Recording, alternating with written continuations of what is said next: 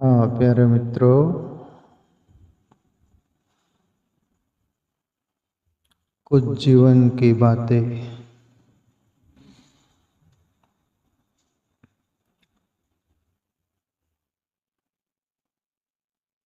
सत्संग करो मिल भाई, छोड़ो जग की चतुराई।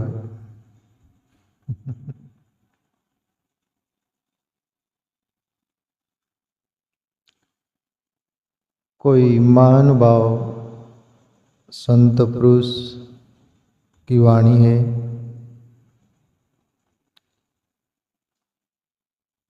इस दुनिया में हम जीते हैं, संग तो सभी कर रहे हैं, बिना संग का यहाँ कोई भी नहीं। और इससे मनुष्य इतना बहिर्मुख है, अकेला रहना नहीं चाहता हो, अकेला बैठना भी नहीं चाहता हो, अकेला सोना भी नहीं चाहता हो, अकेला चलना भी नहीं चाहता हो, अकेला कहीं रहना भी पसंद नहीं करता हो। कोई तो होना संग। इसलिए बिना संग का यहाँ कोई नहीं जी रहा है। एक संत से, अभी साधारण लोगों की तो ये बात ले लो कि भाई बिना संग का कोई जी नहीं रहा। पर एक संत से भी कोई किसी ने प्रश्न किया कि बाबा आप अकेले ही रहते हो? और बोले बिल्कुल नहीं, मैं अकेला आज तक रहा नहीं। बोले तब सामने वाला देखता था उसको कि बाबा अकेले ही रहते हैं। उनका न चेला न चाटी न कोई भगत जगत उनके पास कोई नहीं रहते। मिलने वाले आने जाने वाले रहते, वो तो अकेले ही रहते हैं। और ये कैसे बोल रहे कि नहीं मैं अकेला कभी नहीं रहता? तो कौतुक हुआ कि वो जिज्ञासु बोला कि बाबा आखिर कौन रहता है फिर आपके पास? आप तो अकेले ही दिखते हो। बोले मेरे साथ परमात्मा रहता है, मैं अकेला कैसा? मैं अकेला नहीं। ईश्वर का भक्त संत भी जानते हैं, अनुभव है कि परमात्मा हमारे संग साथ रहते। तुम्हारे संग साथ भी है, पर तुम उनको संग साथी नहीं मानते। तुम अपने परिचितों को संग साथी मानते। पति हो तो पत्नी को संग साथी, पत्नी पति को, बच्चे को, मित्रों को, गांव वाले को, देश वाले को, सभी को उनको संग साथी मानते। पर परमात्मा को संग साथी हम मानते नहीं।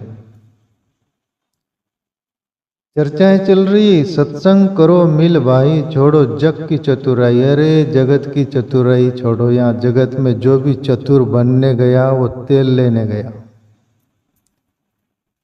यहाँ चतुर को परमात्मा कभी आज तक मैं पढ़ा भी नहीं, सुना भी नहीं कि चतुर को मिल गया है। चतुर तो बेमौत मारा गया। वैसे ही जैसा कौवा खड़क पर गिर जाता है, मर जाता है। क्यों? वो चतुर था। ये दुनिया में पैसे कमाने के लिए, लोकों में जीने के लिए वहां पर ठीक है, थोड़ी चतुराई से जियो। पर परमात्मा के राज्य में, परमात्मा के और प्रवेश करने के लिए आपको सीधा सरल हृदय की जरूरत होगी, दिमाग की जरूरत नहीं है। परमात्मा दिमाग वाले को नहीं मिलता, कभी दिल वाले को मिलता है। क्यों? उसका स्थान दिल है। ईश्वर सर्वभूतानां हृदय से अर्जुन तिष्ठति। प्रभु श्री कृष्ण भी परिचय देते उस ब्रह्म परमात्मा के। अर्जुन, वो ब्रह्म सबके हृदय में रहता है। हृदय से उसका संबंध है, और हृदय से कुछ भी कीमती चीज निकलती। परमात्मा के प्रति तुम्हारा हृदय भरा है तो आंसू आंखों से उपनते। ये आंसू आंख से बहते, हृदय से ही निकलते हो, दिमाग से नहीं। दिमाग से गणित निकलता है, तालमेल बैठाया जाता है, हृदय के साथ तालमेल नहीं। इसलिए परमात्मा को चाहने वाले सीधे सरल लोगों का ही काम है। मैं कहीं यीशु क्रिस्त को बाइबल में कुछ पढ़ा था, वो बोले यीशु कि मेरे परमात्मा के राज्य में सीधे सरल लोग ही प्रवेश करेंगे। बिल्कुल गलत नहीं बोला, सच बोला। संत गलत क्यों बोलेंगे? वो जो भी बोलेंगे सच ही बोलेंगे। दुनिया में देखने को आता है, ईश्वर की भक्ति करने वाले, ईश्वर की ओर चलने वाले, परमात्मा को चाहने वाले बहुत सीधे सरल लोग रहते हैं। और चालाक कभी कभी उस लाइन में खड़े भी रह जाए तो ज्यादा टिक नहीं पाते, उस पिच पर आउट हो जाते हो।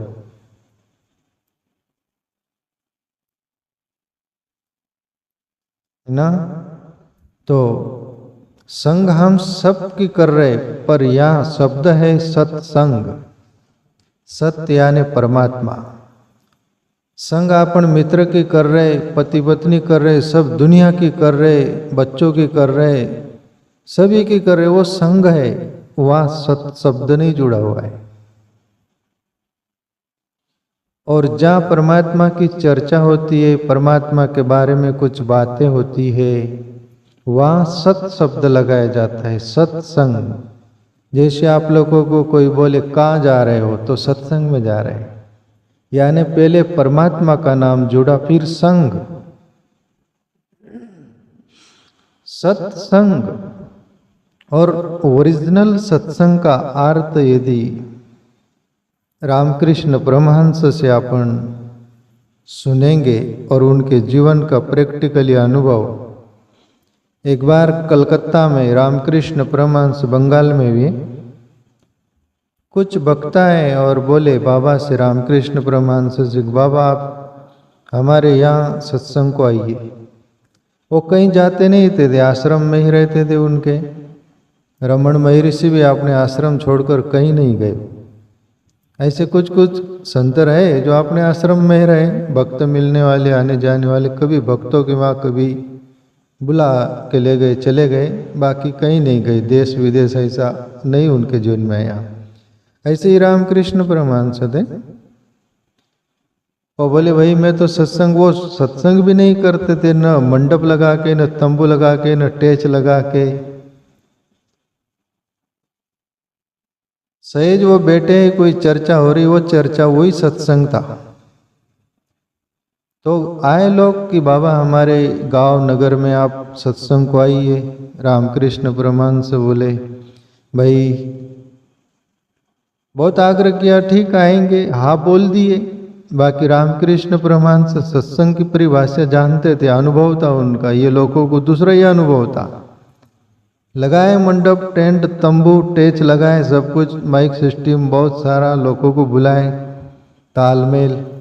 रामकृष्ण परमहंस को टाइम दिए थे, दिन का 12 बजे होगा मान लो। ले गए, वो टेज बना हुआ था, बाबा करो सत्संग। टेज पर चढ़ गए रामकृष्ण परमहंस। वो जो व्यासपीठ होता है जैसे अपन बैठे, ये बैठ गए और आंखें बंद कर लिए। और वो लोगों ने बोला था कि 15 मिनट सत्संग करना बाबा। 15 मिनट ध्यानस्थ हो गए, समाधिस्थ, आके समाधिस्थ हो गई, वो पूरा स्थिर हो गए जैसे कि। और 15 मिनट पूरे हुए, ये लोग देखते ही रहे कि ऐसी कौन सी प्रार्थना, ये तो लोग अखंड मंडलाकारम, ये वो, ये वाजंत्री के साथ धना धन बना बन, ऐसा कंड मंडलाकारम, ऐसा तैसा वैसा। ये रामकृष्ण परमहंस कर क्या रहे, ये कौन सी प्रार्थना है इनकी? पर हो सकता है इनका अलग अंदाज होगा भाई। 15 मिनट बैठ गए, आके खोले, टेज पर से उतर के चले। लोग बोले कि बाबा करो सत्संग। सत्संग किया? बोले मैं, आप लोगों ने 15 मिनट बोला तो मैंने 15 मिनट सत्संग किया ना। ये कौन सा सत्संग? बोले हम सोचे प्रार्थना। अरे बोले यही सत्संग होता है, तुम कौन सा सत्संग मान रहे? बोले ये दनादन पन्नापन। अरे ये सत्संग नहीं। बोले सत्संग उसको बोलते, रामकृष्ण परमहंस बोले सत्य की संग। मैंने आंखें बंद करके समाधि सो, सत्य ईश्वर अपने अंदर रहता है, उसकी मैं संग किया।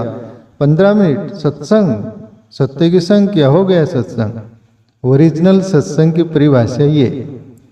दूसरी परिभाषा जो अपन सब जानते, सत्संग मंडप टेंट लगाकर अखंड मंडलाकारम से शुरू तो डायरेक्ट हिमालय पर दनादन नाच रहे गा रहे, वो बात, ये सत्संग। चलो ये भी सत्संग, ये सत्य की चर्चा, ये दूसरा सत्संग। तो इसको शब्द ज्वाइंट होता है सत, सत्संग, सत्य की संग। तो ये सत्संग सुनते सुनते वो ईश्वर के बारे में, सत्य की हमें बहुत ही स्मृति जागती है कि सत्य की संग करना चाहिए। फिर हम भजन ध्यान में उतरते, अपने अंदर गोता मारते, वो सत्संग की ओर अपना जीवन मोड़ता है प्यारे मित्रों। तो ओरिजिनल सत्संग ये, बाकी अपन संग सब कर रहे, पर संग करके अपने को भंग लग रहा है, ईश्वर का रंग नहीं लग रहा है, सब भंग लग रहा है। लोग नहीं बोलते मेरे को भंग लग गया, मैं उसकी संग किया, मेरे को पूरा भंग लग गया। सत्संग इसलिए बोल रहे यहाँ, सत्संग करो मिल भाई, छोड़ो जग की चतुराई, ये दुनिया की चतुराई छोड़ो, जो भी चतुर बनने गया बेटा बेमौत मारा गया। या चतुर मत बनो। निर्मल मन जन सो मोई भावा, मोई छल छिद्र कपट न सुहावा। ज्यादा चतुर बनोगे वहां छल छिद्र कपट भी आएगा। चतुराई में श्याम दाम दंड भेद सब चलता है, पर हृदय से जियो ना, वहां कुछ नहीं, मैं तेरा हूं आप मेरे हो प्रभु, मैं ना कुछ हो, अहंकार मीठा करो। तो चलो आगे और क्या बोले गए, चुन चुन कर ईट आरु पत्थर उच्च मंजिल वास किया। हरि भजन का समय अमोलक उसका सत्यानाश किया। निर्बल और गरीबों की कछु करी नहीं सुनवाई, सत्संग करो मिल भाई, छोड़ो जग की चतुराई। चुन चुन कर ईट और पत्थर उच्च मंजिल बनाया, बोले तू तो बहुत रहने के लिए, जीने के लिए, तेरे लिए, पर तेरे को वो भी ख्याल नहीं कि तू कितना जिएगा। 100 साल, 100 साल कर ईश्वर की भक्ति नहीं की, भजन नहीं किया, आत्मचिंतन मैं कौन हूं उसके बारे में खबर नहीं किया, खाकर खत किया। खत सभी दुनिया कर रही, तू भी किया, पहुंचा कहां? खड़क्या का बेल खड़क्या में, कहीं पहुंचे नहीं।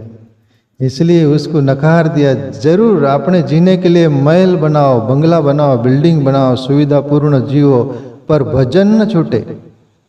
पर हमारा भजन छूट जाता है और भोजन की चॉइस हो जाती है। जेनो भोजन सरस तेनो भजन नीरस। बोले जिसका भजन नीरस होगा वो भोजन की ओर लग जाएगा, और जिसका भोजन में ज़्यादा चॉइस नहीं होगी, भजन में होगी, तो उसका भोजन नीरस हो जाएगा। जीवन जीने पूरता खाएगा और भजन करेगा। बिल्डिंग बनाओ, 2 पैसे कमाओ, सुख सुविधा से जियो, आनंद से जियो, उसके बारे में नहीं प्यारे मित्रों, पर हमारा आत्मचिंतन भजन न छूट जाए, इसकी इंक्वायरी अपने अंदर जरूर करनी चाहिए, इसका संशोधन जरूर करना चाहिए।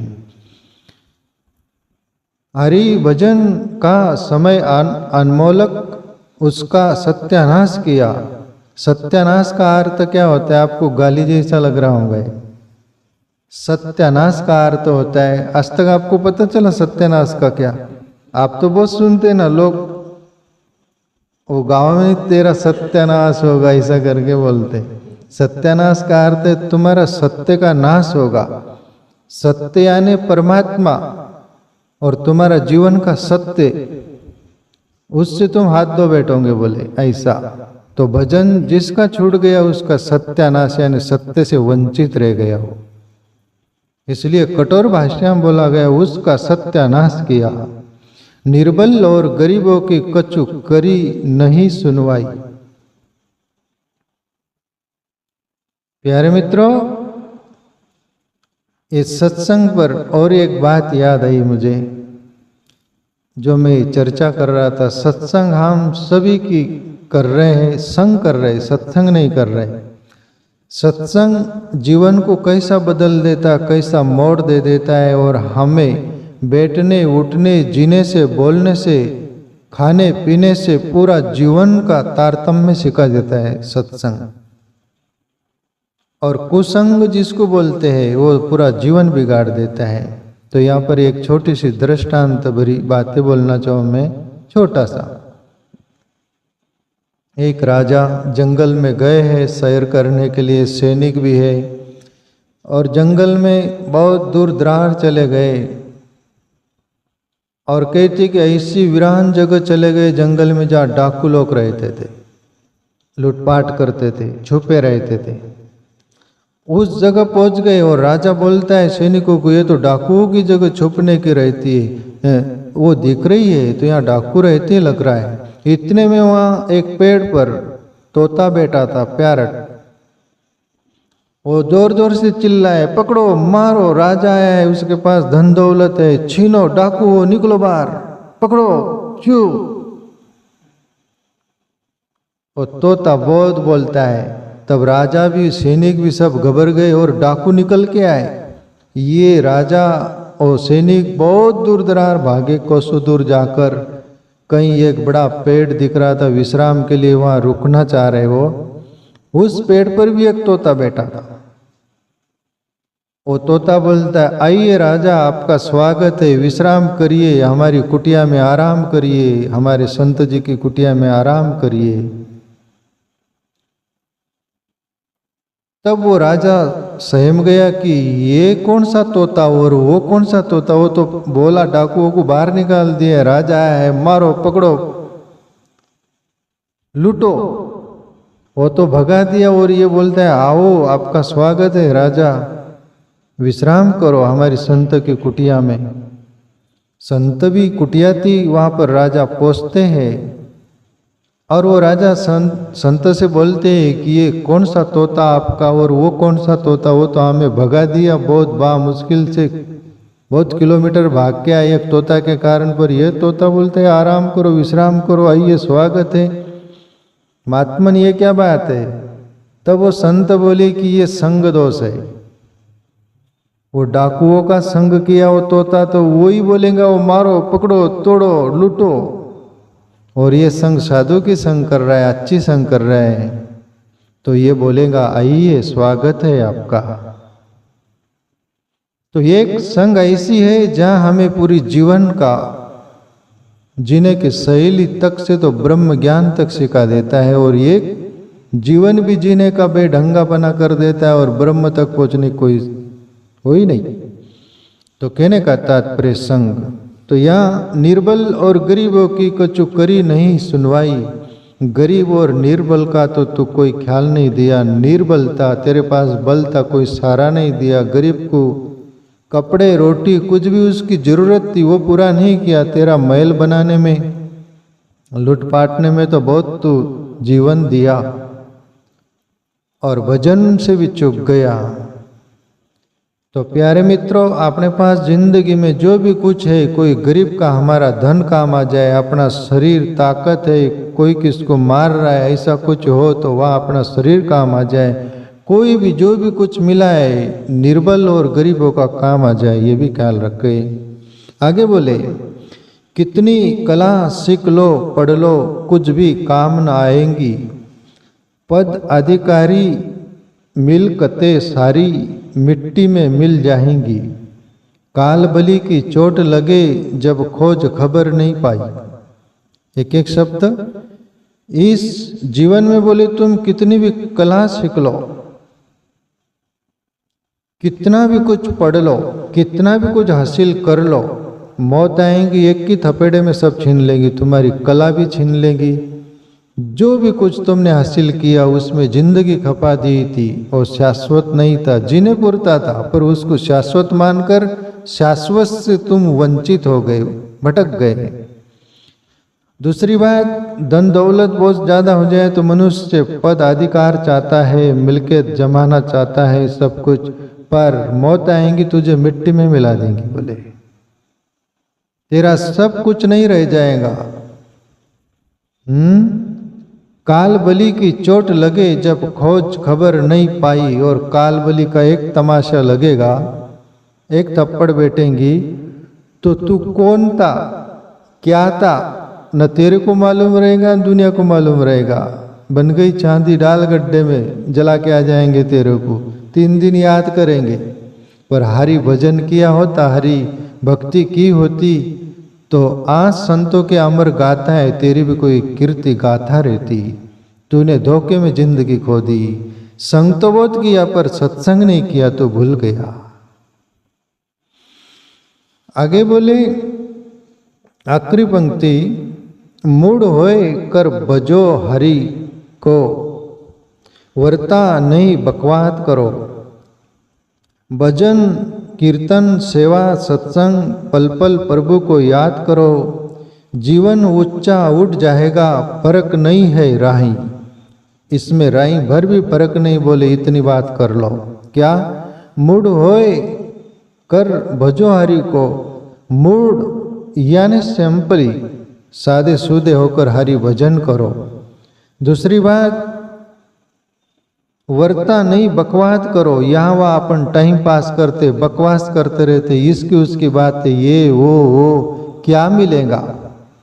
ओ प्याज जो होती है उसके छिलके निकालो, क्या है अंदर, कहाँ है प्याज, कहाँ है प्याज, पूरे एक एक पत्ते निकाल डालो, प्याज है क्या, वही प्याज थी।